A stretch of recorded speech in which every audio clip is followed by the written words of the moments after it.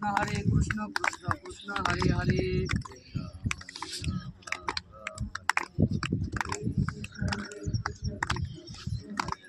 हरे राम राम राम हरे हरे। हरे कृष्ण कृष्ण कृष्ण हरे हरे।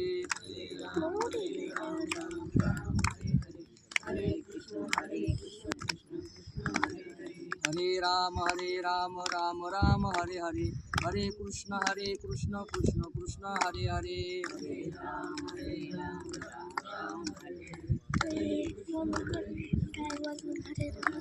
कुंडलिक वरदे हरे विठ्ठल श्री ज्ञानदेव तुकाराम पंढरीनाथ भगवान की जय। माऊली ज्ञानेश्वर महाराज की जय। जगद्गुरु तुकाराम महाराज की जय। आदिनाथ महाराज की जय। ते ऋणवैपण देखोनी अंगी मी आपुलियाची उत्तीर्णत्वा लागी भक्ताची या तनु त्यागी परिचर्या करी। नमामि सद्गुरुं शांतं सच्चिदानंद विग्रहं पूर्ण ब्रह्म परानंदं मीशमानंदी वल्लभम। जयांचे केलिया स्मरण होय सकळ विद्यांचे अधिकरण तेच वंदू श्रीचरण श्री गुरूंचे। ते ऋणवैपण देखुनी अंगी मी आपुलियाची उत्तीर्णत्वा लागी भक्ताची या तनु त्यागी परिचर्या करी। प्रस्तुत प्राप्त रूपी सेवेकरता निवडलेली ओवी ज्ञानेश्वरीमधील 8व्या अध्यायातील 131 क्रमांकाची आहे। या ओवीमधून ज्ञानोबाराय जे भक्त भगवंताचं स्मरण करतात त्याच्यासाठी भगवंत काय करतो किंवा त्यांना अंतकाळासाठी भगवंत कशी मदत करतो हे या ओवीतून निरूपण करतात।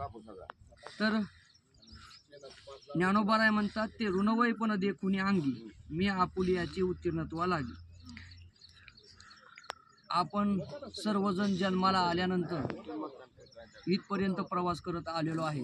असा प्रत्येक जीव जन्मतो आणि मरतो, पण मधल्या काळामध्ये जे कर्म करतो त्या कर्मानुसार आपल्याला पुढची कुठली गती प्राप्त होती ही भगवंताने आधीपासूनच लिहून ठेवलेलं आहे।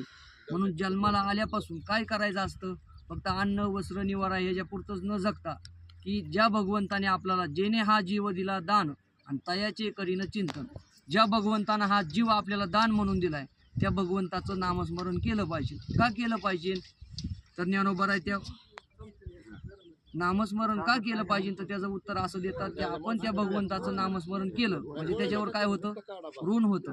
मग ते ऋण फेडण्यासाठी भगवंत काय करतो तर ते ऋणवैपण देखोनी अंगी मी आपुलियाची उत्तीर्णत्वा लागी। तुम्हाला दृष्टांत द्यायचा म्हणजे असा की आपल्या गावामध्ये म्हणा किंवा वस्तीवरती बघा कुणाचं तरी आपण ऋण घेतलेलं असतं। मग ऋण घेतल्यानंतर आपण तो व्यक्ती आपल्या समोर आला की आपण काय म्हणतो ह्याचं ऋण आहे बरं का आपल्यावर, त्याचं कर्ज आहे। मग कर्जातून फेडण्यासाठी आपल्याकडे जरी पैसे नसले तरी आपण त्याचं कर्जातून उत्तीर्ण होण्यासाठी प्रयत्न करत असतो का नाही, तसा भगवंत सुद्धा प्रत्येक भक्ताच्या कर्जातून ऋणातून उत्तीर्ण होण्यासाठी प्रयत्न करतो। पण कधी करतो, जिवंत असताना तर करतो, पण महाराज मृत्यूच्या वेळी करतो। काय करत असतो तर ज्ञानोबाराय म्हणतात तो भक्ताची या तनु त्यागी, तनु म्हणजे शरीर, भक्त आपलं शरीर सोडत असताना परिचर्या करीत त्याची सेवा करतो। काय करतो, शरीर सोडणं म्हणजे काय तर आपला हा देह आहे आणि या देहाच्या आतमध्ये काय असतो, आत्मा असतो। जनी म्हणे आत्मा एक आणि सर्वा घटी तो व्यापक, जीव आत्मा असतो। आणि हे शरीर म्हणजे पंचमहाभूतांनी बनलेलं आहे। पृथ्वी तत्व आहे, ह्याच्यामध्ये तेज आहे, आकाश आहे, पृथ्वी आप तेज वायू आकाश या पंचतत्वाचं शरीर आहे। ह्याच्यामध्ये पाण्याचा घटक आहे, पृथ्वीचा घटक आहे, तेजाचा घटक आहे, वायू आहे, वायूच नसेल तर शरीर जगतच नाही। अशा पंचमहाभूतांनी बनलेलं शरीर असतं आणि जसं कर्म असतं तसं भगवंतानी तेवढं वर्ष आपल्याला नेमून दिलेलं शरीर असतं। आणि मग महाराज जीवन जगत असताना प्रत्येक व्यक्ती असा करतो, जगत असताना खाण्यासाठी त्याला अन्न लागतं, पिण्यासाठी पाणी लागतं, राहण्यासाठी घर लागतं। मग हे सुद्धा करत असताना भगवंताची सेवा घडावी, भगवंताची भक्ती घडावी। आणि भक्ती केल्यानंतर भगवंत काय करतो तर भक्ताची तनु त्यागी म्हणजे शरीर सोडत असताना परिचर्या करी, त्याचं रक्षण करतो। आता शरीर सोडत असताना काय होतं, शरीर सोडणं म्हणजे काय सोडणं, माणूस काय म्हणतो ह्याच्यातला जीव काय झाला, निघून गेला। आणि माणूस कुणी जरी असलं तरी माणूस मेला म्हणतात। का मेला म्हणतात, कारण हे शरीर मरतं पण ह्याच्यातला जीवात्मा मरत नाही। त्याच्यामध्ये अशी एक घटना घडली, एकदा प्रभू रामचंद्र वनवास करत असताना आणि सीताई साहेब एकट्याच घरी होत्या. घरी असल्यानंतर एक कावळा आला आणि त्यांना चोचीनं मारू लागला. मारत असताना सीताई साहेबांना रामाचा धावा केला. धावा म्हणजे बोलवलं. आणि मग प्रभू रामचंद्राला लक्षात आलं वनामध्ये असताना की सीता मला बोलवते आणि मग आता तिथपर्यंत पोहोचणं शक्य नाही, तिच्यावर काहीतरी संकट आहे. म्हणून महाराज अशी दर्भ म्हणजे काडी घेतली. काडी घेतल्याबरोबर अशी मारल्याबरोबर आता ते मंत्राचं सामर्थ्य होतं. काडी मारल्याबरोबर तो कावळा जो चोचा मारत होता त्याच्या डोळ्यामध्ये गेली. डोळ्यामध्ये गेल्यानंतर काय झालं, तो चोची मारायचा बंद झाला. म्हणजे बाणासारखीच काडी होती, शक्ती होती. त्या शक्तीनं मारल्याबरोबर महाराज तो कावळा पुन्हा प्रभू रामचंद्राला शरण आला. चुकलं माझं, मी असं नव्हतं करायला पाहिजे. मग मला उशाप द्या. आता एक तर डोळा गेलेला होता आणि मग प्रभू रामचंद्राने सांगितलं तुझा एक डोळा गेलाय, पण तुला असं वरदान देतो, तू शरण आलाय. कारण शरण आलेल्याला मरण कधीच देत नाही भगवान प्रभू रामचंद्र. आणि मग प्रभू रामचंद्राने सांगितलं तुला मी मारत नाही, तुम्हाला शरण आला ना, तुला मी उलट वरदान देतो. काय देतो, तुला डोळा एकच म्हणजे डोळा दोन्हीकडे आहे, पण तो बुबुळ आहे का बुबुळ एकाच ह्यानी इकडं बी पाहतो आणि इकडं पण पाहतो कावळा. आणि मग प्रभू रामचंद्राने सांगितलं की तुला मी असं वरदान देतो, तू ज्या दिवशी पिंडाला जिथं स्पर्श करशील त्याचं तुला ज्ञान होईल. आता आपण पिंड मांडतो. पिंड मांडत असताना ही यज्ञ चालू आहे का तिथं, त्याच्या मार्फत ते मंत्र म्हणतात. मंत्र म्हणल्यानंतर महाराज आपल्या घरी ठेवलेला तो आस्थीचा खडा इथं आणलेला असेल, मग तो खडा काय करतात, तिथं स्पर्श करतात. म्हणजे तो जीवात्मा त्याच्यामध्ये राहतो 10 दिवस आणि पुन्हा इथं आणल्यानंतर त्या पिंडामध्ये राहतो. आणि मग त्या जीवात्म्याची जर इच्छा तृप्त झाली असतील तर महाराज तो कावळा लगेच त्याच्या शिवतो. आणि जर त्याच्या इच्छा जर तृप्त झाल्या नसतील तर तो कावळा शिवत नाही बरं का. असे अनेक उदाहरणं ते इथं सुद्धा घडलेले या आपल्या आजीनाथाच्या भूमीवरती, की 4-4, 5-5 वाजेपर्यंत थांबले पण कावळ्यानं स्पर्श पिंडाला केला. गायीला नेला पण गायनं पण खाल्लेला नाही. का, याचा अर्थ असा होतो की जर त्या जीवात्म्याच्या इच्छा तृप्त झाल्या नसतील तर ते कावळ्याला स्पर्श करू देत नाही. ते जवळ जाईल पण ते भेटतो म्हणजे, कारण त्याच्यामध्ये जसं याच्यामध्ये जीवात्मा आहे ना तसाच त्याच्यामध्ये असतो, थोड्या वेळा करता राहतो. आणि मग महाराज याला स्पर्श करण्याचा अधिकार प्रभू रामचंद्राने दिलाय आणि सांगितलं मग तू जर स्पर्श केला तर त्या आत्म्याची इच्छा इथल्या पूर्ण झाल्या. जसा नारळ असतो, तो नारळ काय असतो, आपण लगेच झाडाचा काढला कवळा असतो, पण काही नारळ असं असतात त्यानं आतमधून सोडलेलं असतं, म्हणजे आतमध्ये खोबरा बनलेला असतो, असं वाजवलं की खटखट होतं.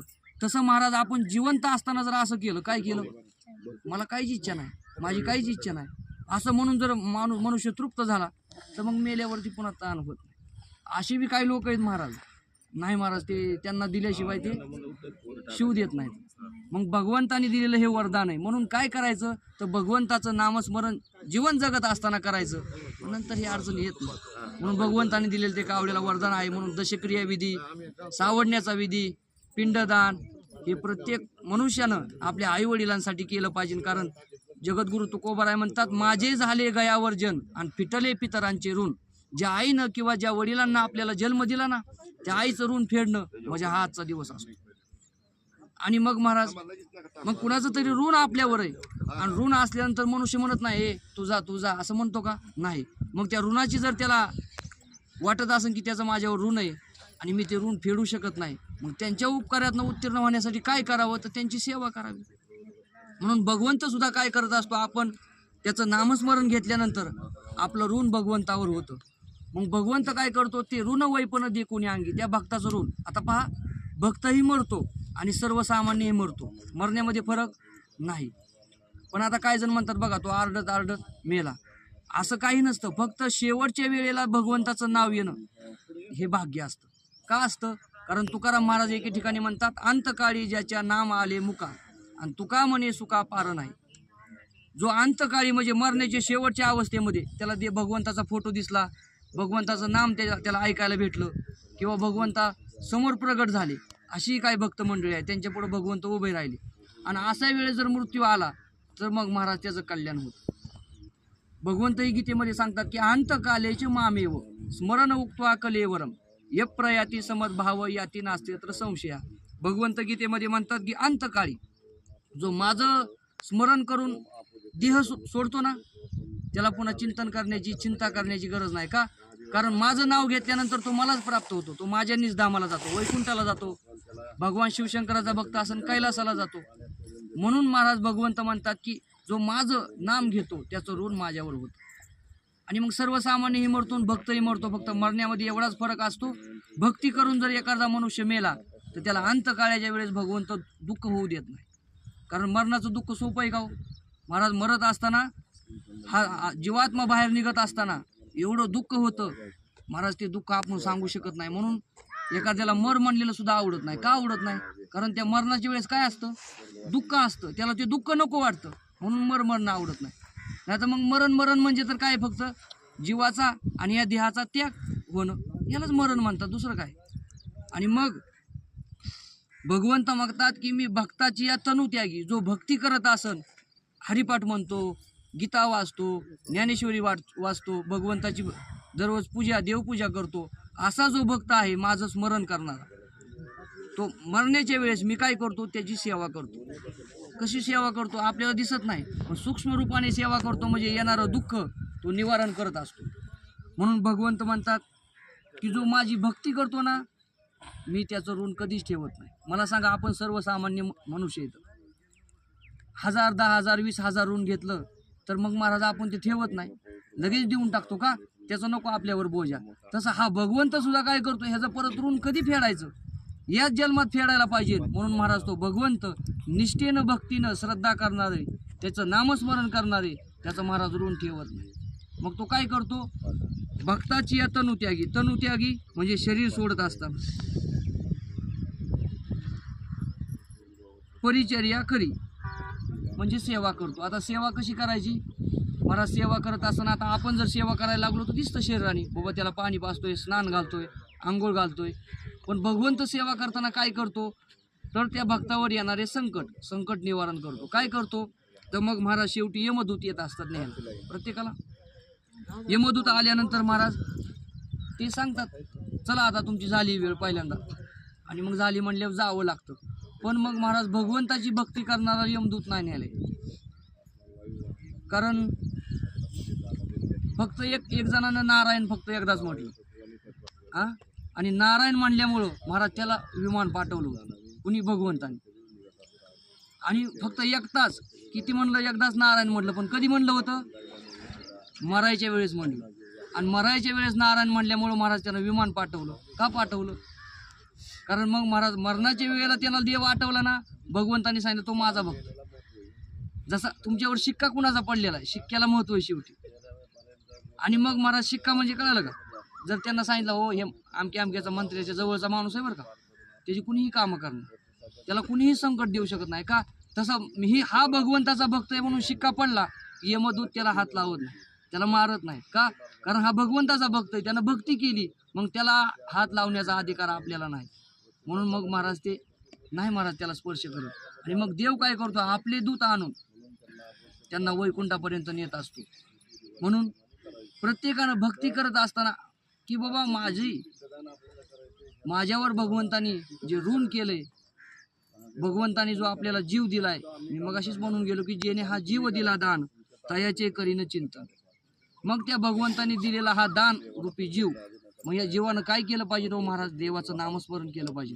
का करायचं नामस्मरण, का करायची भक्ती, तर मग महाराज हे दुःख होऊ नये म्हणून भक्ती करायची. तुम्ही जीवन जगत असताना पाहत असताल की भक्ती करायची म्हणजे काय, नुसतं देवपूजा करतोय आपण, म्हणतो बघा हे ना आयुष्यभर देवपूजा केली काय राहिलं, कारण ते बी मरताना असं आरडला. कारण आपल्याला माहित नाही मरणाच्या वेळेला कुणाला गती कोणती प्राप्त होईल. एखादा पापी जरी मनुष्य असेल, पण मग महाराज आयुष्यभर पाप केला आणि त्याला आयुष्यभर देव नाही आठवला, पण मरणाच्या वेळेस जर देव आठवला तर मग महाराज त्याचं कल्याण होतं. आणि महाराज अशीही तुम्हाला उदाहरणं देतो की जडभरत राजा हा राजा होता, आणि राजा म्हणल्यावर त्याला काय कमी असतं का, बरं आत्तासारखा राजा नव्हता, पूर्वीच्या काळातले राजे होते. म्हणजे त्याच्या मनाने सगळे महाराज प्रजा वागणार, मनाने महाराज सगळे सेवक वागणार, त्याच्या विरोधात काही न करणारी अशी प्रजा होती. तो जडभरत राजा संपूर्ण राज्याचा त्याग केला आणि वनामध्ये गेला. वन म्हणजे काय, असं जंगल, आणि नदीच्या कडेला कुटी बांधली आणि तिथं राहू लागला. कशासाठी, मला देवाची भक्ती करायची म्हणून मी घरदार सोडलं, म्हणजे आपल्या भाषेत सांगायचं संन्यास घेतला, घर सोडला, मुलं सोडली, एवढं मोठं राज्य सोडलं, आणि मग महाराज कुटी करून राहू लागला. कशासाठी, मला देव मिळावा. पण महाराज त्यांचीच गती अशी झाली प्रारब्धानुसार, देव मिळावा म्हणून कुटी करून राहू लागले. एक दिवस स्नानाला गेल्यानंतर तिथं हरिण आलं, आणि वाघाने डरकाळी फोडल्याबरोबर महाराज त्या हरणाचा गर्भ पाण्यामध्ये पडला, म्हणजे ते पिल्लू. आणि पडल्यानंतर आता हे साधू इथं तपश्चर्या करणारे, मग त्यांना वाटलं हरिण जर मेलं तर, म्हणून पाण्यातून बाहेर काढलं. बरं आता सोडलं तर ह्याला पुन्हा वाघ घेऊन जाईल, म्हणून हरणाला काय केलं, कुटीमध्ये आणलं. कुटी कळते का आपल्या झोपडीमध्ये. आणि मग महाराज हरणाचं कसं होईल, हरणाचं कसं होईल, याच्यामध्ये आपल्या मरणाचं कसं होईल हेच विसरून गेला. आणि काय झालं, मरण महाराज जवळ आल्यानंतर हरणाचं कसं होईल, हरणाचं कसं होईल असं झालं.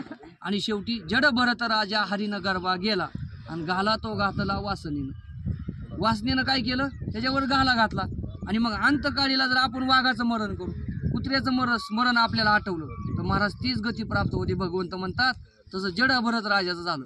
पुढच्या जन्मामध्ये महाराज त्यानं पुन्हा उद्धार केला. का, कारण पहिल्या जन्माची तपश्चर्या होती, पहिल्या जन्माची साधना होती, पण वासनेनं काय केलं, घात केला ना. तसं म्हणून देव पूजा करण्यासाठी किंवा देव हुडकण्यासाठी वनातच जावं लागत असं नाही. न लगती साया असं जावे वनांतरा आणि सुखी येतो घरा नारायण.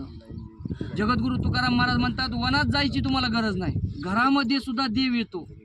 पण मग महाराज घरामध्ये देव येण्यासाठी घर सुद्धा महाराज पवित्र स्वच्छ, आपलं अंतकरण काय पाहिजे, पवित्र पाहिजे. जीवन जगत असताना आपण कोणाला दुःख नाही दिलं पाहिजे, दुसऱ्यांना देऊ द्या, ज्याला आपल्याला दुःख द्यायचं ना देऊ द्या, काय अडचण नाही. पण आपल्यामुळं कुणाला कोण दुःखी होईल असं जीवनात नाही वागलं, हीच देवाची सेवा आहे. कारण भगवंत फक्त मंदिरातच आहे असं नाही, तो चराचरात आहे, तो सूक्ष्मामध्ये आहे, प्राण्यांमध्ये आहे, पशुमध्ये आहे, तुझ्यात आहे, म्हणजे त्या प्रत्येक वनामधल्या पशुमध्ये बी आहे आणि गावामध्ये जे पशुपक्षी किंवा प्राणी राहतात त्यांच्यामध्ये सुद्धा आहे. म्हणून देव फक्त मंदिरात पाहण्यापेक्षा प्रत्येकाच्या हृदयामध्ये जर पाहिला तर महाराज हीच देवाची सेवा होते. आणि त्याच्यामध्ये आपण आपल्या या संप्रदायामध्ये पाहायला गेलं तर आई वडिलांच्या सेवेला फार महत्त्व आहे. संत सांगतात की सकळ तीर्थाचे धुरे जे का माता पितरे ते सेवेसी किर शरीरे लोण कीजे. आता आपण पंढरपूरला जातो, का जातो, पांडुरंगाचं दर्शन घेण्यासाठी. पण तो पांडुरंग पंढरपूरला कुणामुळे आलाय माहिती का, तो पांडुरंग फक्त आई वडिलांच्या सेवेसाठी आला. कुणाची आई वडिलांची सेवा, हा भक्त पुंडलिक पहिला दृष्ट होता. आई वडिलांच्या महाराज गळ्याला दोर बांधला आणि वडत वडत महाराज पत्नीला खांद्यावरती घेतलं आणि काशी यात्रा करत असताना प्रसंग असा घडला. एका साधूच्या कुटियामध्ये गेला आणि त्यांनी सांगितलं, अरे मलिन होणाऱ्या 3 स्त्रिया गंगा, यमुना आणि सरस्वती नद्या तिथं गेल्या मलिन झालेल्या. आणि साधूच्या कुटीमध्ये गेल्यानंतर श्वेत म्हणजे पांढरं शुभ्र होऊन आल्या, पांढरी कपडे घालून. त्यांनी विचारलं, तुम्ही आतमध्ये गेला होता दर्शनाला आणि लगेच पांढरे होऊन आला. मग महाराज त्यांना सांगितलं त्या पुंडलिकाला प्रगट होऊन, अरे तुझ्यासारखी पापी माझ्यामध्ये आंघोळ करतात, मी पापी हो, तू पापी का, अरे आई वडिलांच्या गळ्याला दोर बांधतोस आणि पत्नी खांद्यावर घेतो, म्हणजे तुझ्यासारखा पापी कोण आहे. आणि मग महाराज त्याला प्रकाश पडला की मग तुम्ही कुठं गेल्या होत्या, साधूच्या दर्शनाला. तिथं गेल्यावर काय होतं, तुझ्यासारख्या दृष्टाने माझ्या नदीमध्ये केलेली आंघोळ ना, ते आमच्याकडं पाप जमा होतं आणि त्यांच्या दर्शनानं हे पाप जातं, म्हणून आम्ही त्यांच्या दर्शनाला गेलो. महाराज तिथंच दृष्टी बदलली, साधूचं दर्शन केलं आणि मग महाराज खांद्यावर असलेली पत्नी खाली उतरवली, आई वडिलांच्या गळ्यातला दोर सोडला आणि तीर्थयात्रा केली. त्या पुंडलिकासाठी सेवा करत असताना पांडुरंग आला आणि देवानं सांगितलं, पुंडलिकाने सांगितलं, देवा मला नाही तुझ्यापाशी यायचं, तू तिथंच उभा राहा. कुठं उभा राहा, कशा उभा राहा, म्हणून वीट फेकली आणि विटेवर भगवंत उभा राहिले. आणि अजूनही फक्त पुंडलिका आई वडिलांची सेवा करतात म्हणून अजूनही देव कुठं उभा राहिलेला आहे, विटेवरती. मग मला हे सांगायचंय, आपलं शास्त्र संस्कार हे सांगतात की आई वडिलांची सेवा न करता पंढरपूरला गेलं तर तो पांडुरंग परमात्मा कधीच पावत नाही. कारण तो ज्या आई वडिलांकरता तिथं अजून उभा आहे. महाराज 28 युग झाली, 2 मिनिटं मनुष्य उभा राहिला तर म्हणतो खाली बसा, का कंबर दुखतंय. तो महाराज 28 युग म्हणजे 28 युगांची गणना का माहिती का, हे युग कलियुग चालू आहे. असं महाराज सत्य त्रेता द्वापार कली, सत्य त्रेता द्वापार कली, असं 4 युगाची एक चौकडी, असे 28 युग भगवंत कुठे उभा आहेत, विटेवरती. अजून कटाळा नाही हो, अजून बसला नाही का, कारण त्यांचा भक्त आई वडिलांची सेवा करतो. म्हणून मग महाराज एखाद्यानं पंढरपूरला आयुष्यभर नाही गेला तरी चालल, आई वडिलांची सेवा केली तरी पांडुरंगाची महाराज त्याला दर्शन झाल्याशिवाय राहत नाही. म्हणून भगवंत म्हणतात की तो भक्त माझी सेवा करत असेल, माझी म्हणून आई वडिलांची सेवा करत असेल, आई वडिलांमध्ये परमात्मा पाहत असेल, तर मग महाराज त्याचं ऋण माझ्यावरती होतं. आणि मी काय करतो, तर ते ऋण वय पण देखून आहे. कोणतं ऋण? आई वडिलांची सेवा केलेलं फार मोठं ऋण आहे बरं का. तसं तर आता आपण सांगायला गेलं का नाही बा, एखादी आई सांगत असते नातवाला, अरे हे ऋण असतं सेवा, तू म्हणतो गप्प बस, मला नको सांग. का? कारण महाराज ज्याला उपकारच माहिती नाहीत तो अपकारीच आहे. उपकार करणाऱ्या अपकार करतो, त्याला उपकाराची भाषा बोलून काय उपयोग आहे? म्हणून भगवंत म्हणतात मला उपकार माहितीत किती, तर माझ्या आई वडिलांनी मला किती सांभाळ केला. मला सांगा हा जन्म ह्याचा कुठं झाला? कोठडीमध्ये झाला ना. आणि मग महाराज गोकुळामध्ये यशोदेनं आणि नंदबाबाने त्यांचा सांभाळ केला. किती सांभाळ, किती कष्ट हो. आणि मग महाराज भगवंत म्हणतात मला माहिती आहे आई वडिलांचे किती कष्ट असतात. आणि मग महाराज प्रत्येक भक्तावरती भक्तांनी सेवा केलेलं ऋण त्या भगवंतावरती होत असतात. म्हणून भगवंत म्हणतात की ते ऋण वय पण देखून आहे. मी काय करतो, या भगवंताची भक्ती केलेलं ऋण देखून म्हणजे पाहून आपुली याची उत्तीर्णत्वा लागेल. त्याच्यातून उत्तीर्ण होण्यासाठी मला सांगा, आपल्या आई वडिलांनी आपल्याला देह दिला, आपल्याला निर्माण केलं, लहानापासून मोठ्यापर्यंत सांभाळलं. मग महाराज त्यांनी आपल्यावर ऋण केलं का नाही? मग त्या ऋणातून काय उत्तीर्ण व्हावं? तर मग महाराज वयस्कर झाल्यानंतर त्यांची सेवा करावी. तसं लगेच सेवा केली म्हणून उत्तीर्ण होतं असं बी नाही. पण मग महाराज आपलं कर्तव्य का नाही? त्यांचं कर्तव्य होतं लहानपणापासून मोठ्यापर्यंत आपल्याला नोकरीपर्यंत म्हणा किंवा मोठे होईपर्यंत सांभाळ करणं. त्यांनी त्यांचं कर्तव्य पार पाडलं. आता आपलं कर्तव्य काय आहे? त्यांची सेवा करणं. आणि मग महाराज त्यांची सेवा करणं हा उपकार नसून काय आहे हो? त्यांच्या ऋणातून उत्तीर्ण होण्याचा एक मार्ग आहे. मग तो आणि मग महाराज ज्ञानोबराय सुद्धा तेच म्हणतात की भगवंत काय करत असतो? ऋण पाहतो, ऋण. बघा तुमच्यावर कुठलाही प्रसंग येऊ द्या, तुमच्याकडे कोण धावत येतो? जो तुमच्या जवळचा आहे, ज्याला वाटतं बाबा हा आपल्या माझ्या जवळचा आहे, माझा आहे, तोच तुमच्या संकटात धावतो. दुसरा कोणी धावतो का? नाही. मग आपण जर सेवा करून भगवंताला जवळ केलं तर तो भगवंत काय म्हणतो? आपल्यावर आलेलं संकट तो स्वतः घेतो. घात आघात निवारी आणि छाया पितांबरी करी. तुकाराम महाराज म्हणतात तो काय करतो? आपल्यावर आलेले घात निवारण करतो, आपल्यावर आलेले आघात निवारण करतो. कोण? तो देव. घात म्हणजे तुम्ही आता गाडीवर चालला, पुढे ॲक्सिडेंट होणार असेल आणि भगवंताची भक्ती जर तुमच्या पाठीशी असेल तर महाराज तो टाळतो. आता आपल्याला दिसत नाही. जरी लोक म्हणतात ना बघा, एक क्षणाचा जर फरक पडला असता तर त्याला तसं झालं नसतं. का? आपल्याला होतंय का नाही हे आपल्याला माहिती का? पण आपण केलेल्या भक्तीच्या जोरावर तो भगवंत काय करतो? आपलं ऋण त्याच्यावर असतं, त्यामुळे त्या ऋणाची परतफेड करतो. पण आपल्याला काय माहित होतं का हो? कारण ह्या जगामध्ये काय दृश्य म्हणजे दिसणार आहे आणि काय अदृश्य आहे.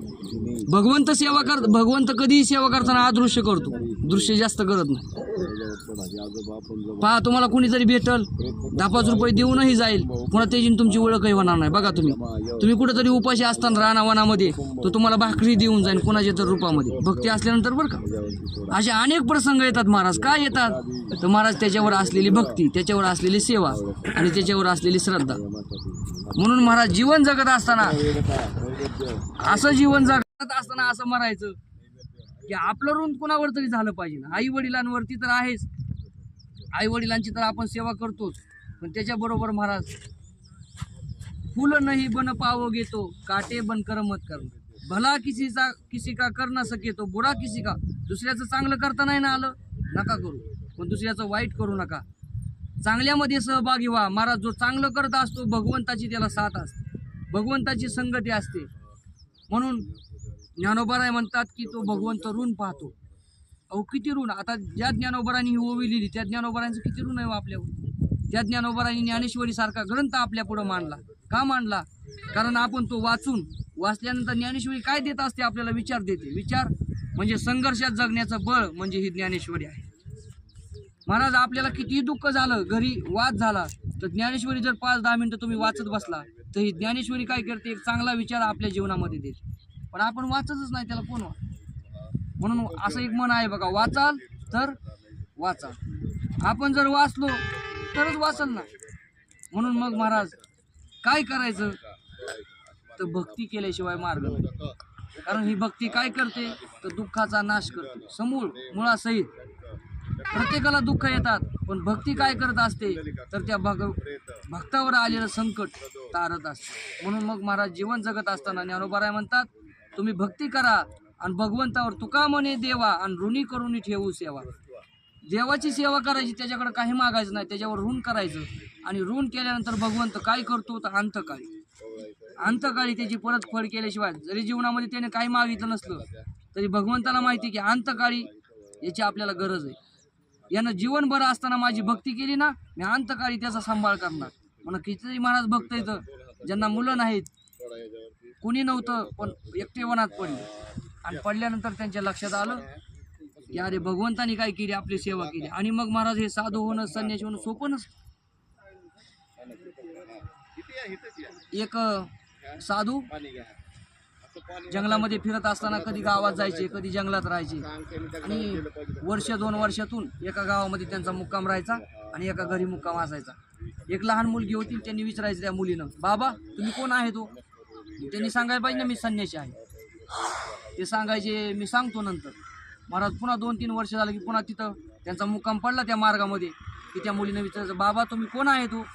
त्यांना सांगायचं, ताई मी सांगतो नंतर तुला कोण आहे. महाराज ती लहानाची मुलगी मोठी झाली, तिचा विवाह झाला, पुन्हा घरीही गेली. आणि मग महाराज योगायोगानं ती आई वडिलांकडे आल्यानंतर त्या महाराजांचा मुक्काम तिथं पडला. आणि मग महाराज अंतकाळ जवळ आला, मरणासन्न झाले आणि झोप असे खाट्यावर पडून होते. आणि त्या मुलीनं सांगितलं, बाबा मी आयुष्यभर तुम्हाला विचारते हो, तुम्ही कोण आहे, तुम्ही कोण आहे? तुम्ही तर तुमची ओळख सांगितली नाही, मला आता सांगा ना तुमची ओळख कोण आहे. तिनं सांगितलं, ताई मी संन्यासी आहे, संन्यासी. मग तिनं सांगितलं, मी साधू आहे. मग एवढे दिवस का लावले नुसतं मी साधू आहे सांगण्याकरता? तर त्यांनी सांगितलं, अरे साधूपणाचा माझ्यावर सुद्धा विश्वास नव्हता, मी आजपर्यंत टिकेल म्हणून. आता मला माहिती झाली, आता मला मरण येईल आणि मला नक्कीच देव भेटल्याशिवाय राहणार नाही. म्हणजे मी कोण झालो? साधू झालो. म्हणजे साधू सांगण्यासाठी आयुष्य घालवलं. म्हणजे महाराज एवढी भक्ती सोपी सुद्धा नाही. मग भगवंताच्या भक्तीमध्ये जर तुम्ही लीन झाला तर नक्कीच महाराज आनंद दिल्याशिवाय राहत नाही. म्हणून ज्ञानोबा म्हणतात की तुम्ही त्या भगवंताची भक्ती करा, आई वडिलांची सेवा करा. आणि आई वडिलांच्या सेवेतून उत्तीर्ण होण्यासाठी पिंडदानाचा विधी प्रत्येकानं केला पाहिजे. महाराज हे कीर्तन, हे प्रवचन का केलं त्यांनी? त्यांची श्रद्धा आहे म्हणून. प्रवचन नाही केलं तरी चालतं, कीर्तन नाही केलं तरी चालतं, पण तो विधी प्रत्येक माणसानं केला पाहिजे. महाराज हे पिंडदान गयलाही होतं आणि इथंही होतं. आता इथं पिंडदान होतं. महाराज हे तीर्थक्षेत्र असं पावन आहे, आदिनाथ गुरु सकळ सिद्धांचा आणि मच्छिंद्रता याचा मुख्य शिष्य. तुम्ही जगामध्ये जावा, महादेवाच्या मंदिरापुढे तुम्हाला काय दिसल? नंदी. पण तुम्ही इथं मंदिरा आदिनाथाच्या पुढे जावा, तुम्हाला नंदी आहे का बघा तुम्ही? नंदी नाही देवापुढं, महादेवापुढं. म्हणजे जुनं आधी पुरातन, कुणालाही याचा आणखीन इतिहास सापडला नाही आणि सापडणार नाही. संपूर्ण मच्छिंद्रनाथ, गोरक्षनाथ हे संपूर्ण नवनाथ त्यांचा इथून उगम आहे. कारण आदिनाथ गुरु सकळ सिद्धांचा, सगळ्या नवनाथांचे गुरु म्हणजे हे आदिनाथ महाराज आहे. असं मोठं पवित्र तीर्थक्षेत्र आहे की त्यांना ज्यांनाही जेही कुणी त्यांना हाक मारतील, महाराज त्यांच्या संकटामध्ये साथ देणार आहे. आणि त्यांच्याच या सानिध्यामध्ये या सीना नदीच्या किनारी आपला हा दशक्रियाचा विधी आहे ना, या दशक्रियाच्या विधीसाठी आपण सर्वजण जमलात. याचं कारण काय आहे? बाकीच्या तीर्थक्षेत्राच्या ठिकाणी दहावे होतात, पण मग महाराज आदिनाथाच्या वास्तव्यानं पावन झालेलं असं तीर्थक्षेत्र आहे हे. फक्त हे कसं गुप्त रूपाने परिचित नाही, पण मग महाराज याचा महिमा फार मोठा आहे. मग या ठिकाणी दशक्रिया विधी होते. तेव्हा आजींचं नाव द्रौपदाबाई रंगनाथ मोरे या आजींचा हा दशक्रिया विधी आहे. या विधीसाठी संपूर्ण त्यांचे पाहुणे, आप्तिष्ट, त्यांचा परिवार आहे. आणि भगवंताकडे ही विनंती करतो की या आजींना पुढच्या आज जो विधी झालाय त्या विधीमधून सुख, समाधान, ऐश्वर प्राप्त होऊ भगवंताच्या निजधामाला जाऊ. रामकृष्ण हरी. कुंडलिक वरदे हरी विठ्ठल. श्री ज्ञानदेव तुकाराम. पंढरीनाथ भगवान की जय. माऊली ज्ञानेश्वर महाराज की जय. जगद्गुरु तुकाराम महाराज की जय. आदिनाथ महाराज की जय. बंद करा.